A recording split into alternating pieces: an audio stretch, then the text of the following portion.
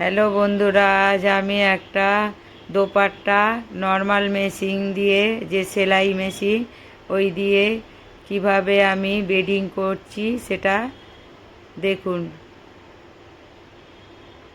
প্রথমে আমি হাতে জল লাগিয়ে ওই একটা সাইডে উংলির সাহায্যে রোল করে আমি ওটা সরু করে রোল করে মেশিন দিয়ে আমি বেডিং করছি।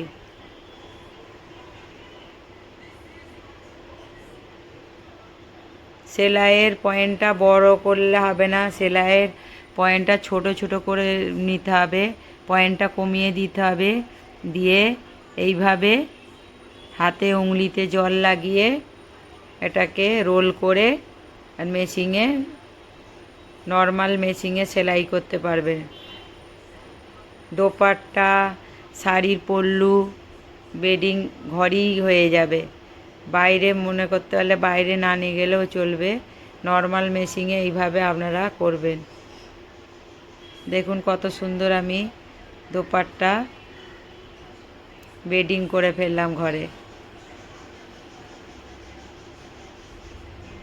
Thank you for watching, by.